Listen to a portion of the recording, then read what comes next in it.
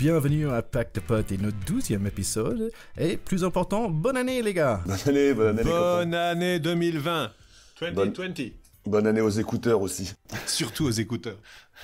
Et nos chers auditeurs, on est content d'être revenus. Donc moi c'est TK, Terry Kaufman, ancien joueur de foot américain, petit accent quand même. Mais j'ai aussi touché le ballon ovale. L'autre ballon ovale. L'autre ballon ovale. Avec Charlie Beyer qui est capitaine et numéro 5 de Massif Central à Paris. Salut Charlie. Absolument, salut. Plus capitaine parce que je fatigue un peu, mais toujours en deuxième ligne, Massif Central absolument. Et notre deuxième ligne, c'est Théodore de Saint-Rémy, ancien Racing Man, qui est maintenant coach U12. U12, mais c'est très difficile pour les Américains de dire U. C'est un truc particulièrement compliqué. Alors on n'appelle plus ça coach, hein. Maintenant c'est éducateur. Attention parce que nous on transmet des valeurs. Voilà, les valeurs de l'Ovalie qui sont chères à notre cœur. Donc le vrai. Racing bien sûr, mais aussi tout plein d'autres clubs, puisque j'étais ce qu'on appelle un gentil mercenaire en Île-de-France et un peu plus loin, un peu de PUC, un peu d'ACBB avant tout ça, un peu de Rugby Club Orléans et surtout beaucoup de copains. Et c'est pour ça que nous on est là, parce qu'on est trois copains qui adorent le rugby. Et franchement, il y a beaucoup de choses pour cet épisode. Pas forcément dans l'ordre. On a envie de parler de Top 14, du Champions Cup, du Challenge Cup, du 6 Nations. Théo, est-ce que avec ce Coupe du Monde qu'on a déjà vécu, est-ce qu'il y a trop de rugby? Est-ce que c'est possible? Non, bien sûr, on peut pas avoir trop de rugby. Et puis, je dirais que quand le tournoi Destination revient, il y a toujours une petite électricité particulière parce que c'est une compétition qui est quand même très très ancienne, même s'il y a pas si longtemps que ça, c'était encore le tournoi des 5 nations. On appelle ça le tournoi. Et le tournoi, il y a une ambiance à part. Donc, c'est tous les ans. C'est ça qui est génial. Ça revient comme les feuilles en automne et les bourgeons en printemps. Et non, on peut pas avoir trop de rugby quand le tournoi démarre. Et donc Charlie, c'est même si ton équipe, le Stade Français, n'est pas dans le Champions Cup, est-ce que tu regardes vraiment les matchs de Challenge Cup? Challenge, non, je regarde, je t'avoue. Non, je regarde pour le Stade Français bien sûr, mais c'est vrai que c'est quand même cette seconde Coupe d'Europe, cette Coupe d'Europe B, elle est quand même essentiellement suivie par ceux dont les équipes sont engagées, mais c'est vrai que le meilleur rugby d'Europe, c'est la Champions Cup et c'est les matchs les plus agréables à regarder, quoi. Bon, ce que j'ai vu pour Stade Français, pour ce match de challenge, il y avait eu environ 8 joueurs qui sortent de leur centre de formation aussi. Bah oui, c'est un peu ce que je disais, du coup, ce challenge. Mais déjà par le passé, il y a plein de joueurs qui ont éclos au Stade Français pendant ces petites périodes où en effet, il y a ce challenge que peu d'équipes françaises, en tout cas, jouent à fond, réellement, hein, faut se l'avouer. Donc c'est souvent le moment où on fait tourner, c'est souvent le moment où il y a des jeunes joueurs, des jeunes pousses qui peuvent en profiter pour être exposés un peu et se mettre en avant et prouver qu'ils ont une place à aller chercher pour des compétitions un peu plus noble, je vais le dire, sans porter préjudice au challenge. Mais c'est vrai qu'il y a eu toute une époque aussi où le Stade Français allait pas très bien, où il était en challenge, où c'est là qu'ils ont lancé, tout le monde parlait de la grande formation à l'époque où il y avait les Plisson, Flancard, Bonneval, tous les mecs là qui sortaient comme ça à ce moment-là. C'était souvent dans ces périodes-là qu'ils étaient lancés ou qu'ils pouvaient pleinement montrer leur potentiel. Et en fait, avec tout ce rugby, finalement, on est dans les playoffs de NFL, on est déjà dans les demi-finales, et en fait, j'ai à peine regardé des matchs de NFL. Je pense que Théo, t'as quand même regardé un match pendant les vacances. San Francisco, Seattle, il me semble. C'est ça, San Francisco, Seattle. Alors, j'ose pas parler des Bengals, puisque tu m'as interdit parce que je dis trop mal Cincinnati, mais j'ai trouvé que c'était un super match. J'avoue que j'ai été surpris. Je me suis pris à rester presque pendant 1 heure devant le match, et en dépit des coupures assez fréquentes, etc. J'ai adoré regarder ça. Donc peut-être que je suis en train maintenant de devenir un peu fan de la NFL et que tu vas pouvoir me donner de plus en plus d'indications, parce que j'en ai quand même besoin. Il y a beaucoup de choses que je comprends pas. Bah écoute, on fait un pack de potes rugby, on peut aussi faire un pack de potes NFL si ça vous tente, les gars. Ouais, peut-être. In English, of course. Et est-ce qu'on peut démarrer par un podcast sur le Super Bowl? Ça vous tente? Ah, ce serait génial. Allez, on y va. T'as vu l'enthousiasme un peu? Dans tous les cas, il y a une autre grande nouvelle qui se passe aux États-Unis, c'est la Major League Rugby qui va démarrer d'ici 2 semaines. Avec Mathieu Bastaro. Voilà, qui va jouer à New York. Il y a aussi Manono quand même qui va jouer, je pense, à San Diego. Donc il y a 12 équipes, il y a tout un championship. C'est pas la première année, je pense que c'est la deuxième année de cette championship. En fait, je voulais vous parler de deux noms d'équipes, je trouvais assez sympa. Donc il y a Washington DC, donc la capitale. Ils ont l'équipe s'appelle Old Glory. Est-ce que vous savez à quoi s'agit-il, Old Glory? Les vieilles gloires, c'est les vieux, les anciens du gaz. Nous, on dirait ça, ou les vieilles cannes. En fait, c'est le nom de notre premier drapeau. Ah, le premier drapeau américain. Ouais, donc j'ai trouvé ça assez chouette. Et donc l'équipe de Boston, donc c'est le New England, mais bon, en gros, ils sont à Boston. J'aimais bien le nom qui s'appelle des Free Jacks. Je trouve le nom assez sympa. Est-ce que vous avez une idée d'où ça vient, les Free Jacks? De Irlande, je sais pas. Ouais, sans doute, Jack, c'était le prénom le plus porté par les Irlandais qui ont débarqué. C'est pas exactement ça, mais c'est un good guess. Mais en fait, Jack, c'était le drapeau... l'Union Jack. Le drapeau anglais était le Union Jack, effectivement. Donc, Free Jack, ça veut dire qu'on est plus sous le drapeau anglais. Et j'aimais bien ce nom parce que j'avais jamais entendu cette expression. Ah bah nous aussi on aime bien là, tu peux pas nous faire plus rêver parce que depuis le temps qu'on essaye d'être Free Jack avec le 15 de France. Oui, c'est vrai. Donc encore plus de rugby avec le Major League Rugby. Est-ce que vous pensez les gars que vous allez regarder un match de Major League peut-être? Alors j'avoue que je sais même pas sur quoi c'est retransmis. Ouais, pareil. C'est une bonne question. Mais j'aimerais bien. Ça se regardera en piratage internet, ça. C'est interdit. C'est interdit, bien sûr. Donc je le ferai pas. Mais si, c'était du conditionnel, évidemment. Ça se regarderait, voilà. Avec AIT. Okay, là, on est d'accord. Voilà, ouais. Merci pour le cours de français. Bon, quand même, on arrête avec les États-Unis. On parle plutôt de l'équipe de France, de ce 15 de France.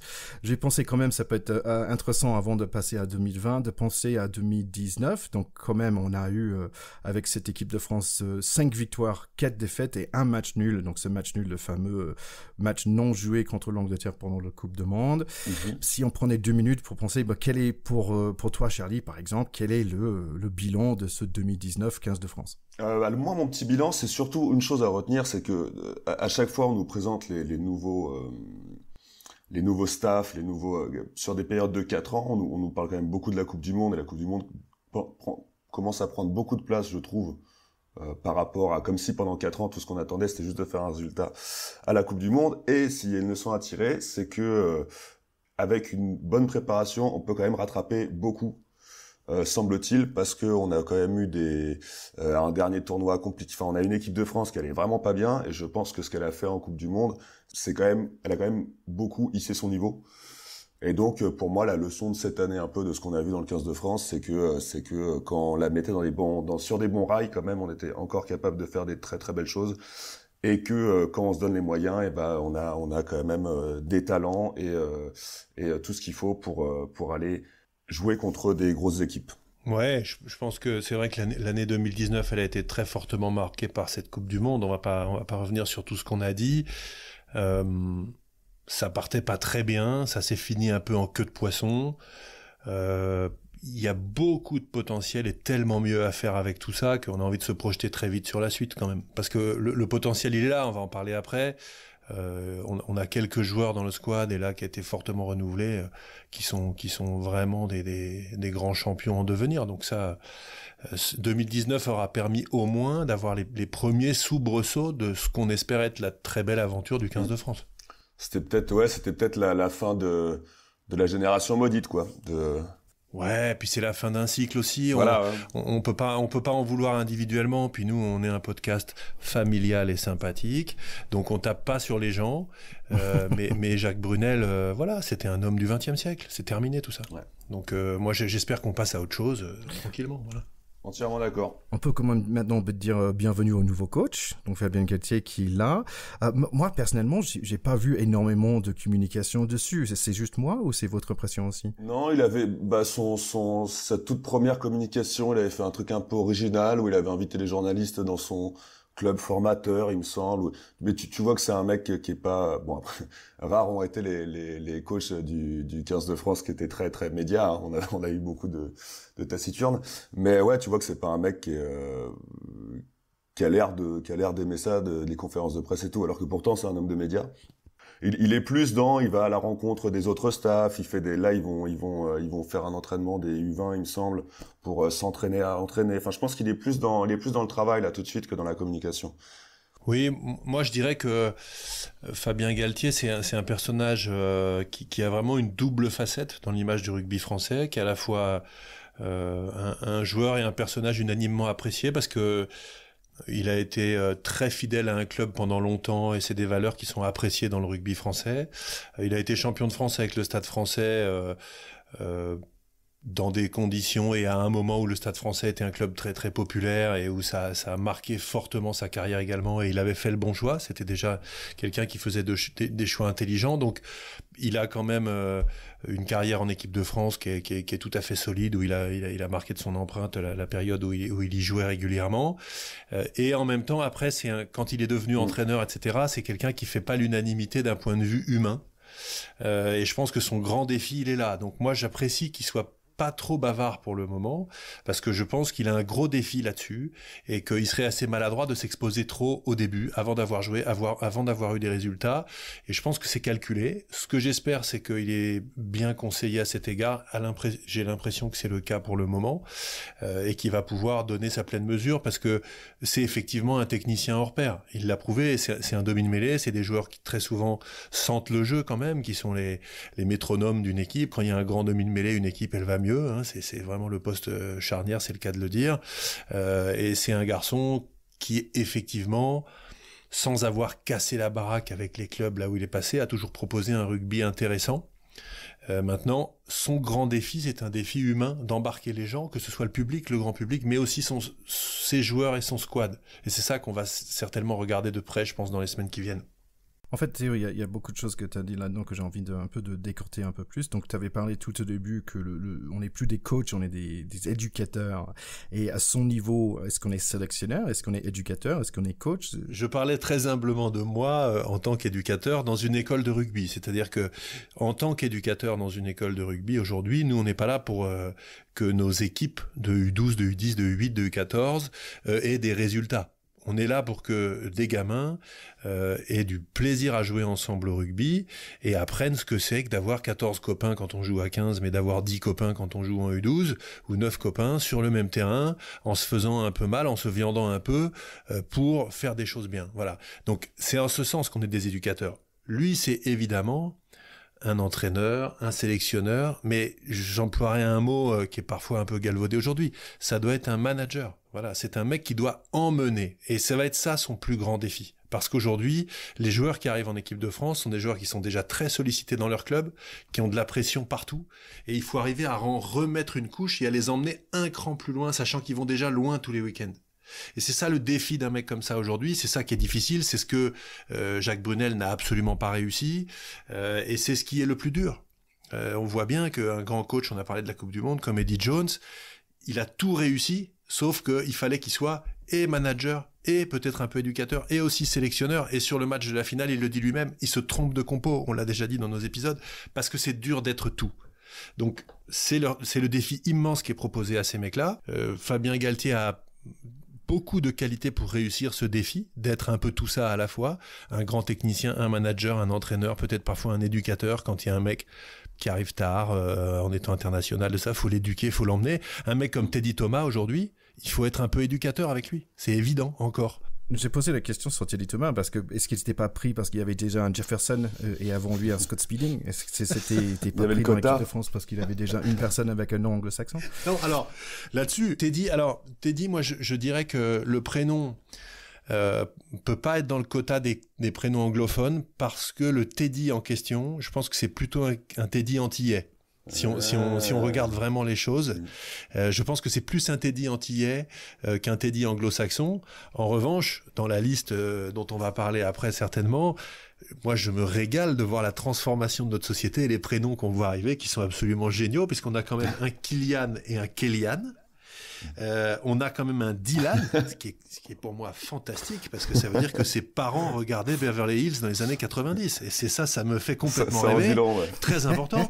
On a un Cameron, ce que j'adore aussi. Un Lester, qui est peut-être un peu moins classique, un peu moins purement anglophone, mais on a quand même 5 joueurs sur 40, je vous laisse faire le pourcentage, je ne m'aventurerai pas dans ce calcul, qui sont sur des prénoms assez improbables de mecs qui ne peuvent être que nés à la fin des années 90 ou au début des années 2000, et ça j'adore. C'est vrai. Et je précise aussi que Dylan s'appelle quand même Dylan Crétin, mais qu'on dit Cretin pour pas être trop pas sympa avec lui. C'est quand même Dylan Crétin. C'est ça, parce que tout le monde s'amuse à bien dire Cretin, alors que clairement il y a un accent, arrêtez de faire semblant. On sait tous comment ça se prononce, mais c'est mignon, c'est mignon. C'est bien que vous êtes là, parce que c'est le genre de commentaires que je pouvais pas donner par rapport à la prononciation des noms en français.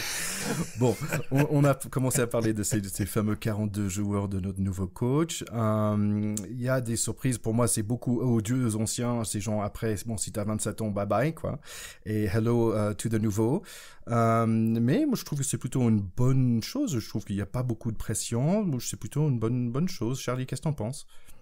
Je trouvais ça assez cohérent aussi. Au début, j'étais vachement surpris de l'absence de certains joueurs, quoi, parce que tu te dis, quand même, enfin, c'est très jeune, et j'aurais, pour la continuité, tu te dis quand même, il y en a qui vont manquer, qui sont encore jeunes, qui avaient le temps, je sais pas, Priso, pourquoi il est pas là, Doumerou, Lambé, c'est peut-être parce qu'il joue pas beaucoup, mais il y avait des noms Ituria, j'ai pas trop compris son absence, mais en fait, il y avait des noms comme ça dont on pensait qu'ils accompagneraient l'équipe de France pendant un petit moment. Et là, en fait, Galtier nous met vraiment face à un renouveau complet. C'est une équipe très jeune, très peu expérimentée, avec un nouveau capitaine qui faisait pas forcément partie des cadres avant. Alors, c'est un peu surprenant, comme je disais, c'était mon premier abord, je me disais ça va peut-être manquer de maturité, et quand même, avec un crunch en ouverture contre des Anglais, contre des papas, quoi, tu vois, vraiment, qu'on va aller jouer, pour le coup, on peut ressortir des expressions, ça risque d'être assez sanglant. Mais en soi, par rapport à la position de Galtier, je trouve ça très cohérent, finalement, de faire placer la jeunesse et de pouvoir grandir avec des joueurs. Il va faire grandir des joueurs et lui grandir en même temps en tant qu'entraîneur du 15 de France en même temps. Ils vont grandir, il crée vraiment une équipe. Pour moi, c'est plutôt positif. Après, il y a encore, c'est un peu ce que je disais tout à l'heure, ce petit regret, c'est que on a vraiment l'impression que là, lui, il a mis ses billes pour 2023, clairement. C'est ce qui est le plus frappant, clairement, dans cette sélection, c'est que là, on est en train de nous dire, on prend le 1er janvier 2020, les mecs qui seront là en septembre 2023, ceux qui, le plus vraisemblablement possible, seront là en 2023. Donc ça veut déjà dire, grosso modo, effectivement, ce que tu disais à très juste titre, Ituria, etc., que c'est quand même des bons joueurs, faut pas les oublier. Ces mecs-là, on estime qu'en 2023, ils seront probablement trop vieux. Ce qui reste à prouver quand même, je trouve. Quand tu vois l'âge auquel a joué un Richie McCaw à ce poste-là, je trouve que ça se discute. Et dès le France-Angleterre, qui a un match incroyable, même si c'est le premier hasard du calendrier, mais les Anglais, faut pas oublier, ils perdent cette finale. Mais bon, parce qu'ils ont tapé les Australiens et les Blacks juste avant, mais c'était quand même pas loin d'être la meilleure équipe du mondial. Ils vont être remontés à bloc. Le dernier match qu'ils ont fait, c'est un match qui devait pas leur échapper, qui leur a échappé. Ils arrivent au Stade de France. Les mecs, ils viennent pas là du tout pour rigoler. Donc moi, j'ai pas vu encore la compo parce que la compo, on la verra 3 jours avant. Mais ça va être très compliqué avec quasiment zéro expérience internationale de rivaliser contre cette équipe-là. Donc c'est un choix qui dit rendez-vous en 2023. Je trouve que c'est un peu discutable. Voilà, c'est mon premier doute. Si on fait un peu l'analyse, on va dire en business, quand on a un nouveau CIO dans une entreprise arrive, il fait exactement la même chose. Les anciens cadres, bye bye, il arrive, il repositionne son équipe. En général, il le fait pas le premier mois, Thierry. Oui, ok. Il le fait plutôt au bout de 6 mois ou un an. Le temps de transition, c'est ça que tu... Ouais, je trouve que là, ce qu'on appelle dans les boîtes le tuilage et le machin, la transition, en fait, il y en a pas. Il dit, on n'a pas besoin, on repart de zéro.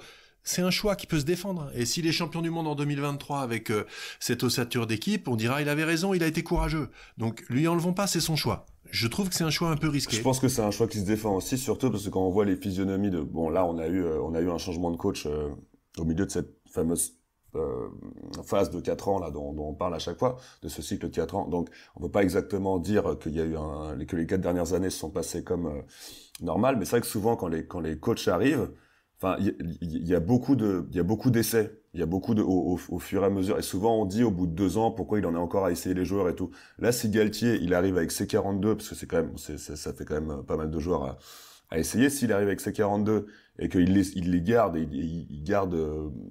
il ne fait pas sans arrêt des renouveaux dans les années à venir. Il va pas continuer à piocher à chaque fois qu'il y a une pépite dont on parle un peu, pof, le piocher comme certains d'autres ont fait avant.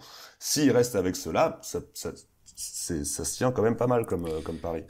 Ce que j'entends dans ce que tu dis, Charlie, c'est que tu recherches un peu de stabilité. Oui, voilà. Et que du coup, le faire tôt, partir tôt avec un groupe de très jeunes joueurs, peut-être que s'il les garde pendant 4 ans, il y aura de la stabilité, contrairement à d'autres qui essaient de faire des groupes un peu mélangés au début et qui finalement faisaient des grands refus d'effectifs et dont on n'arrivait jamais à trouver une certaine stabilité à l'équipe de France. Bah, cette idée-là, en fait, ça me ramène au comment expliquer un peu le rugby aux Américains qui connaissent rien. Donc, si je peux prendre 2 minutes, j'aimerais bien parler de l'idée que, tiens, finalement, on a un charnière de Dupont et Ntamak qui seront ensemble, en espérant pendant des années à venir. Et déjà, je trouvais un peu difficile, moi, pour comprendre la différence entre ces deux postes, le 9 et le 10. Et après, quand j'ai compris, le 9, c'est le quarterback pour les avants et le 10, c'est les quarterbacks pour les arrières. Est-ce que c'est plutôt vrai, cette analyse? Moi, je dirais que oui, c'est des meneurs de jeu. Après, je pense que le plus proche du quarterback, c'est quand même le 10 parce qu'il est vraiment dans la distribution. Il est plus dans la distribution. Le 9, il y a un côté un peu... je trouverais ça réducteur parce que j'ai plus de tendresse pour le 9. Le 9, il a aussi 8 bestiaux à gérer et il y a un caractère un peu plus conquérant que distributeur. Je sais pas si... Le 9, c'est le seul 3/4 qui fait la bise au gros. Voilà. Une fois que t'as dit ça, t'as tout dit. Exactement. Ouais, c'est bien dit. Déjà, ça m'a pris genre 3-4 ans pour arriver à cette analyse-là, de cette idée de 2 quarterbacks sur la même équipe, parce que normalement on n'a qu'une seule. Mais en fait, ce qui est important ici, c'est que je suis pas sûr comment vous êtes par rapport à des chaussettes. Mais moi, par exemple, j'ai des chaussettes dans mon truc, j'ai un tiroir de chaussettes et ça fait vachement longtemps j'ai des chaussettes qui sont là et j'ai jamais 2 fois les mêmes. Et finalement, et quand tu vas chercher des chaussettes, parfois tu as des blancs, des grises, des noirs, mais pas exactement le même matériel. Et on n'est pas super à l'aise quand on met des chaussettes qui sont pas tous les mêmes. Mais finalement, sur l'équipe de France, ça fait longtemps, on n'a pas eu un charnière qui reste le même depuis longtemps. Et donc, je suis heureux et content de voir que, tiens, peut-être au moins, on va démarrer le match avec 2 chaussettes qui sont ensemble, qui va ensemble, quoi. C'est pas du tout sûr parce que je suis désolé pour ta magnifique métaphore chaussettière qui est vraiment qui est exceptionnelle. Mais ce qui me tracasse beaucoup, c'est que les dernières sorties de Romain Ntamak, il a pas été exceptionnel. Il joue pas beaucoup 10 en club, il joue centre en club, on veut le faire jouer 10 à l'ouverture, donc on va continuer de balader cette grande question avec ce joueur qui est évidemment un joueur à grand potentiel, mais à côté t'as quelques joueurs qui ont des convictions et qui sont plus sur du potentiel. Moi je trouve notamment ce que j'ai vu sur le début de saison de Mathieu Jalibert est exceptionnel et je pense que aujourd'hui, si moi je suis sélectionneur, je mets plutôt Jalibert en titulaire qu'Ntamak. Après, si la question c'est quel est le 10-2 dans 4 ans, on revient sur le même raisonnement que coup d'avance, c'est peut-être Ntamak qu'il faut faire jouer pour qu'il emmagasine de l'expérience, machin, etc. Mais un mec comme Jalibert aujourd'hui, sur les matchs qu'il fait depuis le début de la saison, à mon sens, ça doit être lui le titulaire du poste. Et donc on est à nouveau sur une charnière inédite, peut-être un Dupont-Jalibert qui, à mon avis, moi, sur l'état de forme des deux, serait la charnière la plus cohérente. Je sais pas votre avis. Il va toujours y avoir les joueurs du moment, de toute façon. C'est une politique aussi que, pareil, à chaque nouvel entraîneur, on se dit, est-ce que c'est la politique de l'homme en forme, est-ce que là, parce qu'il est en ce moment, ou est-ce que c'est la politique de l'installation, d'avoir des repères communs et de laisser sa chance, même après laisser passer peut-être des mauvais matchs, mais pour garder une ossature d'équipe. Je pense que la priorité, et ça revient un peu à ce que je disais tout à l'heure sur la direction que je pense que Fabien Galtier prend avec cette équipe, c'est que il veut s'installer pour 4 ans. Et le mieux, c'est d'avoir une charnière fixe, le plus fixe possible. Et c'est vrai que si on commence à trop suivre les performances en club de chacun des joueurs, dans ce cas-là, tu changes toutes les semaines, quoi. ce que j'entends là-dedans, c'est que Théo me dit que ma paire de chaussettes parfaite n'est pas encore là. Et peut-être c'est un Dupont Jalibert, c'est bien ça. Et Charlie qui dit arrête de changer tous les semaines, ce que un peu moi j'ai eu le même ressenti. Bon, est-ce qu'on a d'autres choses à dire par rapport à cette nouvelle équipe de France? Moi, j'ai été assez surpris de quelques présences. Charlie a parlé des absences, que je le rejoins complètement. J'ai été assez surpris de voir Boris Palud dans les 42, qui est un très bon joueur du Racing, mais que je voyais pas à ce niveau-là, donc ça prouve que je regardais pas bien. C'est pas un gars qui a un gabarit exceptionnel, mais il fait quand même des gros matchs, il est titulaire tout le temps, et il a été acteur autant des difficultés du Racing en début de saison pendant la Coupe du Monde que de son renouveau, donc effectivement c'est un joueur qui est manifestement à l'étude. Je pense pas qu'il sera dans le groupe des 22 contre l'Angleterre, mais en tout cas ça m'a surpris, agréablement surpris, puisque c'est un joueur de mon club. Et puis j'ai été, et là je vais faire plaisir à Charlie, super heureux de voir que Sékou Makalou est dans le groupe. J'aurais trouvé aberrant qu'il n'y soit pas, et la veille dans je sais plus quel journal ou site internet on disait a priori Sékou Makalou est pas dans les 42. J'aurais halluciné, parce que on va pouvoir dire un mot sur le match du Stade Toulousain et je t'en laisserai la primeur, Charlie, mais ce jour-là, Sékou Makalou, c'est juste un extraterrestre sur ce match, un extraterrestre. Donc pas prendre ce mec-là au moins dans les 42, il est pas obligé de le prendre dans les 22, mais qu'il soit même pas dans les petits papiers, ce serait pas entendable. Ouais, non, entièrement d'accord. Moi, pareil, c'est vrai qu'il y avait, dans les apparitions, il y avait enfin, réapparition, il a déjà quelques caps, mais, on attendait qu'il revienne, et c'est vrai que je vous avais dit, là, j'avais vu traîner sur Twitter, sur les réseaux sociaux, cette petite phrase à propos de son match contre Toulouse. Il disait, le mec, il était partout, il était dans les rucks, il était à l'aile, et c'est même lui qui distribue les tickets de parking à la fin du match, quoi. Il était partout, c'était incroyable. Ouais, c'est ça. T'as l'impression qu'effectivement, il faisait la mascotte aussi, il avait le costume, enfin, c'est un truc ouais, c'est de ça. fou. C'était Rocky aussi. Non, c'est exceptionnel. Il fait un match exceptionnel, il reprend, quand il va marquer, il dépose son adversaire à la course. Mais c'est indécent, c'est-à-dire que l'autre, t'as l'impression qu'il a 3 caravanes accrochées et que lui, il arrive à vélo à côté en descente. Il fait un match absolument magique, et moi ce match-là, c'est vrai que ça m'a fait un plaisir fou. D'abord, je suis arrivé un peu tard sur le match, et à 5 minutes de jeu, et j'ai été très surpris de voir leur tenue, et j'ai eu l'impression de gagner 10 ans d'âge d'un seul coup, et d'être sur le Stade Français des années où il brillait, et là je pense qu'il faut rendre hommage c'est Lombard, ouais. Évidemment au duo de coach et tout ça, mais sans doute aussi à Thomas Lombard qui a pris la présidence, et là-dessus qui a été extrêmement intelligent. Donc ce qu'il a réussi là, c'est l'échec lamentable de Heineke Meyer depuis 2 ans.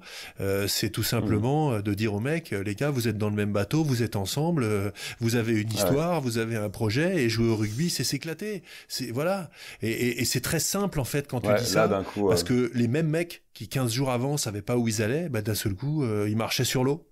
Donc ça veut dire qu'il a trouvé les mots. Donc là, chapeau. Moi je suis très content pour eux. Il me semble, Charlie, que tu étais live and direct avec d'autres membres de l'équipe Ocean Rugby Club. Absolument. Bah ouais, c'est avec les copains. On est parti là avec les copains. On a eu la chance de voir ce match. J'étais aux anges, hein, franchement, quand avant le match, t'as ce tifo qui commence à se déployer. Je me dis, attends, mais c'est un tifo des vieux maillots ou quoi? Ah non, putain, c'est cette année, c'est Caprisson. Mon Dieu, paf, ils sortent. J'avais l'impression de voir Bibi Oradou qui allait sortir mettre des boîtes et tout. Enfin, t'étais loin, c'était beau. En plus, derrière, mais ils ont été, enfin, c'était des animaux en défense. Enfin, ils sont vraiment, voilà. Je les ai trouvés super agressifs. Des animaux, c'est volontaire, bien sûr, c'est évidemment volontaire. D'accord. Je rassure ça pour nos écouteurs. Oui, pour les écouteurs.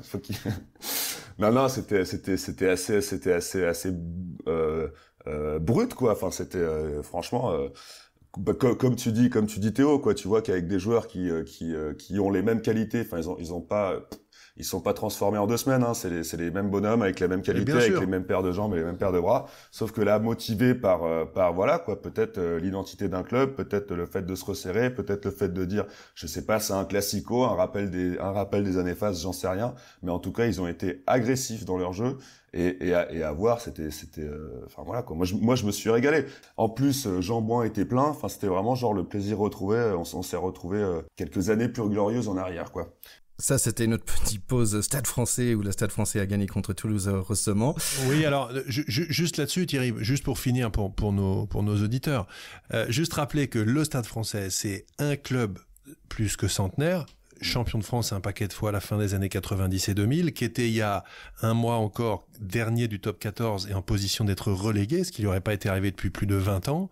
Et là, à la faveur de quelques victoires successives, et notamment contre le Stade Toulousain, il relance complètement la partie basse du championnat, il recommence à y croire, et ce que ça veut dire, c'est qu'on va avoir une deuxième moitié de top 14 complètement passionnante, d'autant plus qu'ils n'ont pas énormément de joueurs sélectionnés, donc ils vont peut-être profiter du tournoi Destination pour aller faire un ou deux résultats à droite à gauche, et ils ont été faire match nul à Montpellier, ils ont battu Pau, ils battent le Stade Toulousain derrière, ils redeviennent vivants, et ça, c'est génial pour la fin de championnat, c'est surtout ça. Ben, ça, c'était une question que j'avais. Qui va profiter pendant ces 6 nations? Parce que déjà, il y a eu des Coupes du Monde, il y avait certaines équipes qui avaient beaucoup de joueurs absents, notamment Toulouse. Donc maintenant, après, avec les 6 nations, qui va profiter ça va être encore une fois un peu dur pour les équipes. C'est quoi? C'est Toulon et Toulouse qui ont 8 joueurs.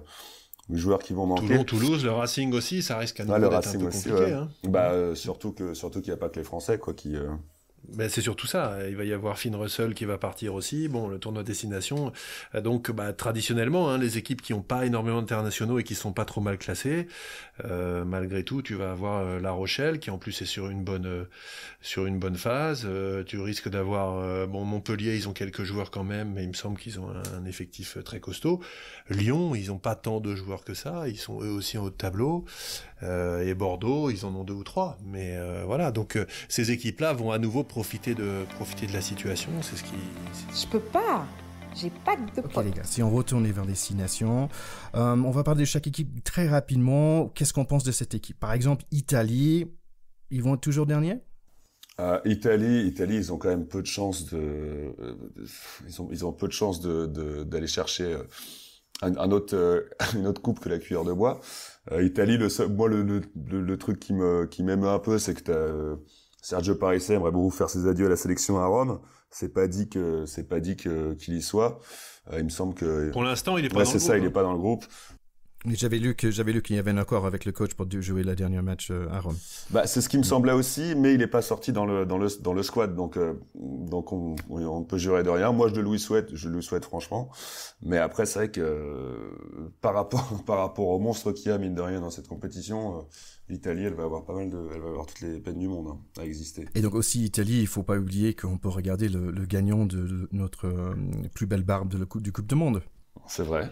Ouais, effectivement, lui, ce serait intéressant. Jaden Hayward, d'ailleurs, on n'a pas eu tellement de ses nouvelles, et ce serait intéressant de voir comment il est effectivement rasé sur ce tournoi de destination. On va pas dire que c'est le seul point d'intérêt de l'équipe d'Italie, parce que ce serait vraiment pas sympa. Mais pour nous, ça va être un focus quand même très fort. Oui, revenez la semaine prochaine, comme ça on va voir si il a toujours sa belle barbe. Irlande, donc très fort en 2018, un peu moins quand même 2019. Et donc 2020, qu'est-ce qu'on attend? Ouais, moi l'Irlande, je les vois quand même un peu sur une fin de cycle. Ouais.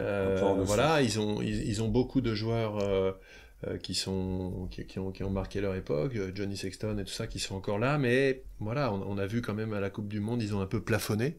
Ils ont pas fait une belle Coupe du Monde. Donc je sais pas. Est-ce qu'ils vont arriver à avoir un renouveau si tôt après? Je pense que ça risque d'être un tournoi un peu difficile pour eux.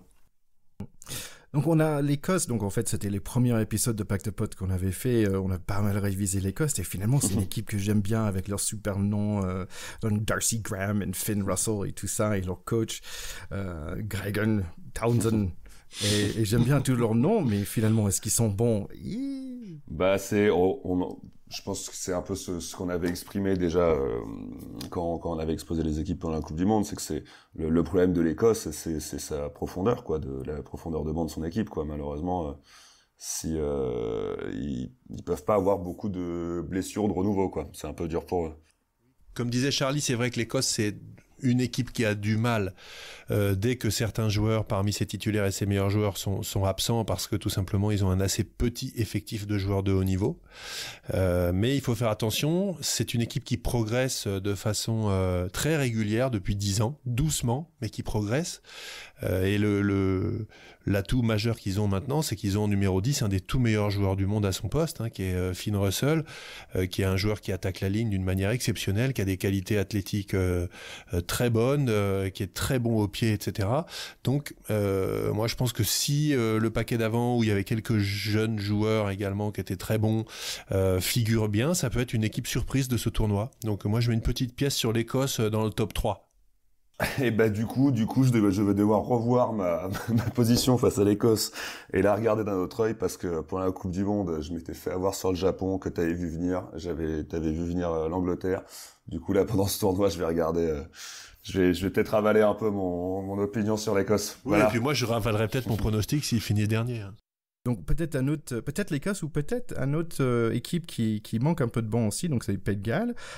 Suite à ce Coupe du Monde, je me suis rendu compte, mais vraiment le Pays de Galles, ils étaient très très proches parce qu'ils ont perdu contre les gagnants finales, en fait, contre l'Afrique du Sud par que 2 points, où l'Afrique du Sud a bien abattu quand même l'Angleterre. Donc je suis assez admiratif maintenant, avec un peu de recul, je suis très admiratif de cette Pays de Galles et ce qu'ils ont donné en 2019. Est-ce que ça peut continuer en 2020 ? Alors ouais, juste sur le fait d'échelonner des équipes par rapport aux équipes qu'elles ont battues ou pas. Voilà, faut pas oublier que pour moi l'Angleterre, elle s'était épuisée ou elle s'était fatiguée. Enfin, il y a eu un souci, mais clairement, on peut pas jauger les équipes par rapport dans cette Coupe du Monde par rapport à qui elles ont affronté et qui elles ont battu ou pas battu, parce que ouais, surtout sur un seul match, c'est compliqué. Ouais, voilà. Mais sinon, par rapport au Pays de Galles, oui, clairement, pareil, on avait parlé, avec la Nouvelle-Zélande, c'est le seul pays dans lequel le rugby est un sport national, donc forcément ça sort des beaux joueurs depuis pas mal de générations, et le Pays de Galles nous a mis des belles raclées et est toujours dangereux. Ouais, c'est pas. Le Pays de Galles, c'est une équipe qui a perdu son entraîneur fétiche des dernières années, qui les a amenés au plus haut niveau à faire le Grand Chelem. C'est quand même eux qui sont tenants du titre, hein, sur les 6 nations. Ils ont battu les Anglais l'année dernière dans leur stade du Millennium, qui reste vraiment un des stades mythiques du rugby mondial, avec une ambiance extraordinaire, une culture britannique, du chant, de l'accueil, la capacité à sortir du stade directement dans le centre-ville, etc. Donc, on va dire le cœur du rugby européen bat vraiment en grande partie à Cardiff. Et ça, c'est toujours quelque chose que les Gallois ont en plus. D'autant plus que c'est un petit pays, et ils ont moins d'habitants que la Bretagne, hein, c'est vraiment une toute petite nation, et ils ont un nouvel entraîneur, alors moi que je connaissais pas, qui s'appelle Wayne Pivac, qui est lui également néo-zélandais, mais il a comme adjoint Sam Warburton, qui était un très très bon 3e ligne, qui a arrêté pour des raisons de santé, qui était contre les Français lors de la demi-finale de 2011, qui était le capitaine des Diables Rouges à l'époque. Donc ils sont quand même, pour moi, sur un héritage de ces dernières grandes années où ils ont eu des joueurs de légende.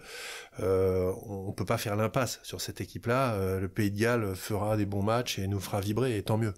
Et si on parlait quand même de cette histoire de l'Angleterre qui continue, ou est-ce que ça continue? C'est ça la question. Est-ce que Eddie Jones va être à la hauteur pour gagner les 6 nations? je pense, franchement, moi je me répète, hein, mais leur Coupe du Monde, elle était monstrueuse. Mais vraiment, enfin, c'est une équipe carrément impressionnante, qui a à certains postes les meilleurs joueurs du monde. Enfin, moi, je vois pas trop comment il peut y avoir d'autres favoris que l'Angleterre. Oui, on les exécute un peu parce qu'ils ont perdu, mais c'est anecdotique. Je veux dire, il faut oui, mais en soi, si on a accès au replay, il faut regarder la demi-finale Angleterre-Nouvelle-Zélande. Il faut regarder ce que cette équipe a été capable de mettre en place comme rugby et à écrabouiller les All Blacks. Je veux dire, ils n'ont pas existé. Alors après, ils se sont trouvés en finale, donc on peut toujours les battre, nous, si on est dans un jour où ils se trouvent. Mais ils ont quand même une ossature d'équipe qui va pas disparaître entre le mois de novembre et le mois de janvier, qui est énorme. énorme. Donc, tant mieux, ça va être un challenge fantastique. Et en plus, démarrer par ça, moi, je trouve que c'est sympa, parce qu'au moins, on a la pression tout de suite. On peut pas se dire, ouais, c'est un petit match pour se tester, pour se roder. Là, si t'es pas au rendez-vous, c'est 40. Voilà. Donc, il va falloir... Et puis, ça va mettre tout le monde au garde à vous du point de vue de la mobilisation. Donc, ça, c'est génial. Ils sont à mon sens, évidemment, les favoris de ce tournoi. Donc on voit l'Angleterre, on va dire favori pour ces 6 nations 2020, mais aussi côté femmes, l'Angleterre favori aussi.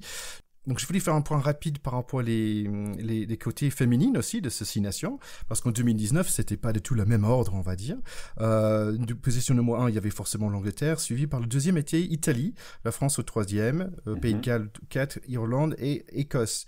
Est-ce que la 15 de France féminine, ils ont leur chance pour ces 6 nations en 2020? Écoute, je pense que les filles se débrouillent mieux que les mecs, dernièrement. Là, en équipe de France, elles ont eu plus de tournois remportés. Il me semble il y a 2 ans. Je connais pas, pour être tout à fait honnête, j'ai suis moins que les mecs. Hein. C'est pas une conférence que je fais, mais c'est vrai qu'on en avait parlé déjà un petit peu dans ce podcast. C'est intéressant à voir parce que il y a un côté encore très amateur dans la France. C'est pas encore ce rugby complètement poussé autour des corps et des machins où ça se pète dans la gueule et tout. C'est franchement très agréable à jouer parce que ça ressemble à un rugby plus amateur et plus de jeux, plus de déplacements, plus d'évitements. Il y a une fraîcheur qui est fantastique avec ces équipes. Elles ont énormément progressé. Après, c'est vrai que les Anglaises sont devant. Je pense que malgré tout, sur le tournoi, ça reste relativement ouvert et que surtout on peut au moins viser la 2e place dans tous les cas. Je pense que c'est ça qui serait intéressant. Ce que j'espère, c'est que on va avoir des matchs sympas à regarder, ce qui a toujours été le cas. Et moi, j'ai regardé quand même pas mal de rugby féminin l'année dernière. J'ai été impressionné par la progression des filles. Il y a quelques années, je vais être honnête, et tant pis si des gens sont pas contents, c'était chiant à regarder. Aujourd'hui, c'est plus le cas parce que le niveau technique a considérablement augmenté. Oui, c'est ça. Quand on aime le rugby, on sait bien qu'il n'y a pas que le rugby international qui est beau à regarder. Et les filles aujourd'hui, elles sont complètement au rendez-vous là-dessus. Donc voilà, j'espère aussi que les matchs vont être transmis et qu'on va pouvoir se régaler. Et bien sûr, on fera un petit suivi. Ticket, toi l'américain, le pays de l'égalité homme-femme, on peut dire ça ou pas? Non, je sais pas. Écoute, ce qui est assez marrant, c'est au niveau de football, donc je parle de ballon rond là.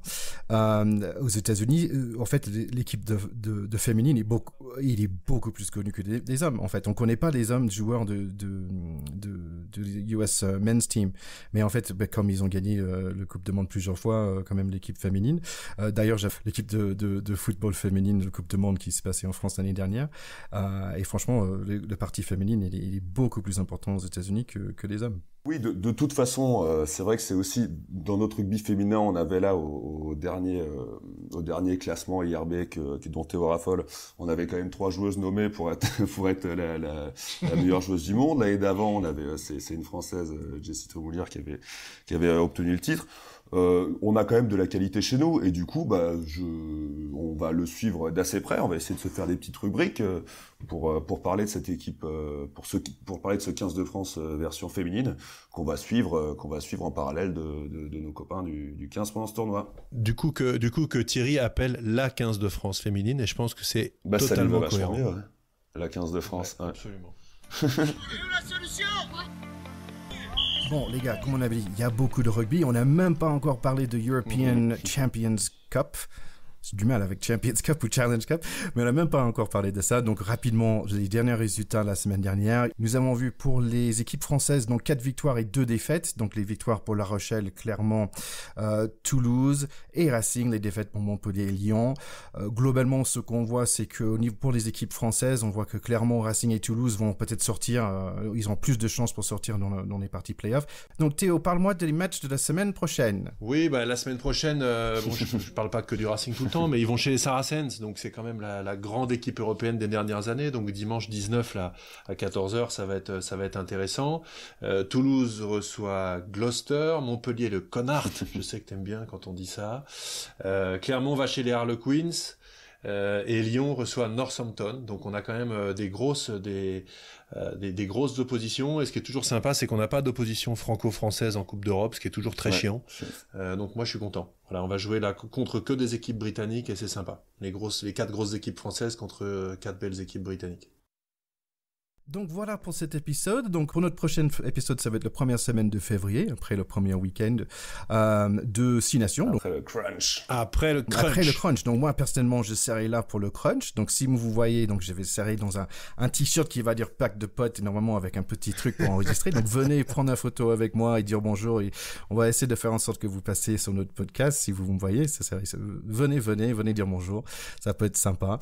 Les gars, toujours un plaisir de vous retrouver. Donc toujours bonne année pour vous. Et toutes belles choses. Mais pareil, ravi de vous avoir retrouvé. Bonne année à vous, plein de beau rugby à se mettre sous les yeux et plein de bonheur pour vous. Ouais, sous les yeux, sous la dent, hyper content d'avoir cette communauté d'écouteurs qui nous est fidèle. Merci les gars et à bientôt. À bientôt. Allez, bon crunch ciao, les ciao. copains, bon crunch.